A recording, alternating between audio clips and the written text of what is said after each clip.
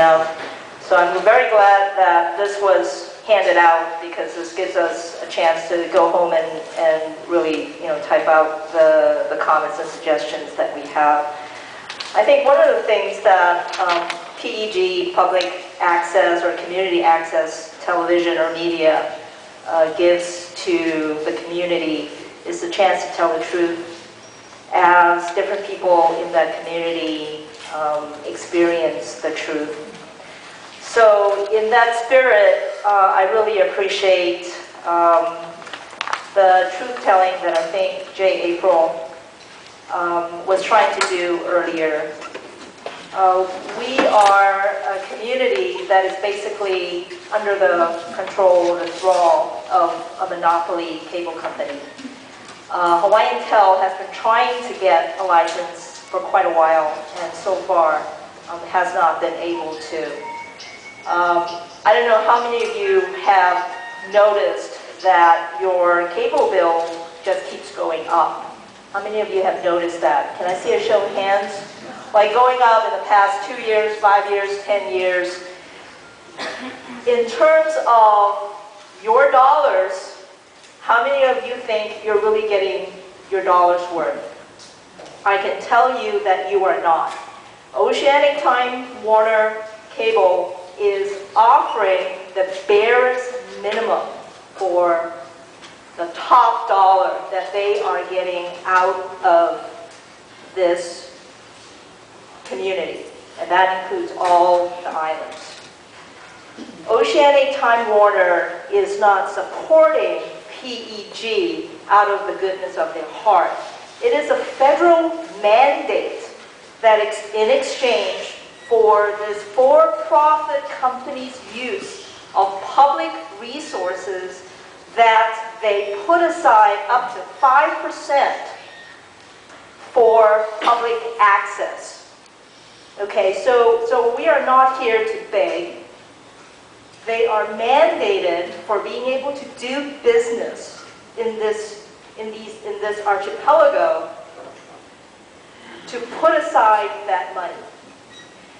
As a consumer of cable channels, I fall asleep. We are not getting a diverse programming. Whatever channel you're looking at, they are all the same. The real diverse programming is occurring on the PEG channels, on the Olelo channels. There you have cooking shows, you have kapuna, you have music shows, you have talking heads shows, you have all kinds of shows that you won't get anywhere else. So the DCCA really would serve the public interest well if, number one, they encourage true business competition. In other words, end the monopoly of Oceanic Warner. Number two, they should not be handing out franchises that are 15 to 20 years. Okay, even teachers don't get 15 or 20 years before you get slapped on the face for going over old notes, right? So why should I have to just bear with a company that's a monopoly for 15 or 20 years? They want to give Olelo 3 years. I think we should give them 3 years. And at the end of the 3 years, we'll take a look at the franchise again. Okay, so number one, end the monopoly. Number two, no lifelong golden rice bowls. 15 to 20 years are too long. Okay, a couple of other concrete suggestions. We need more channels.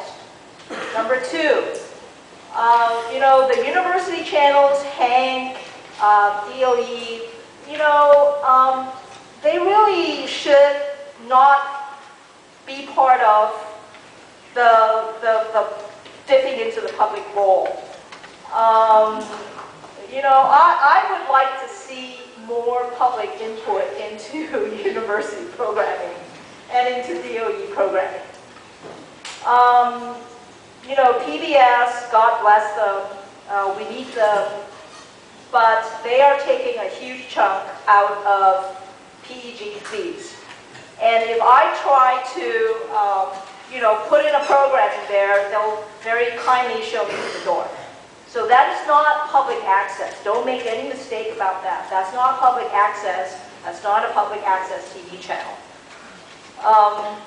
Right now, as I understand it, the DCCA, for whatever reason, has capped the amount of money that goes to PEG, to Olelo in particular.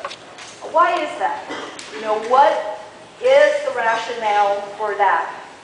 The amount of fees should be based on revenue rather than just number of subscribers. Okay. Other than that, it is, for better or for worse, a brave new world out there in terms of technology. So the cable operator, Oceanic or Hawaiian Tel, really need to catch up so that the United States is not at the bottom of the broadband internet media ladder. That means you. That means me. They are not offering the kinds of services or technology that are really already available out there. And I don't know, I've been involved with the RPG process for the past couple of years, and it seems like the DCCA is really more interested in regulating, in this case, Olelo, than regulating Time Oceanic Warner Cable. So, there are probably going to be a lot of much more concrete suggestions in terms of technology, in terms of just funding that the DCCA will be getting from here. So I really suggest that we kind of get educated on some of these issues, on what's really available out there, so that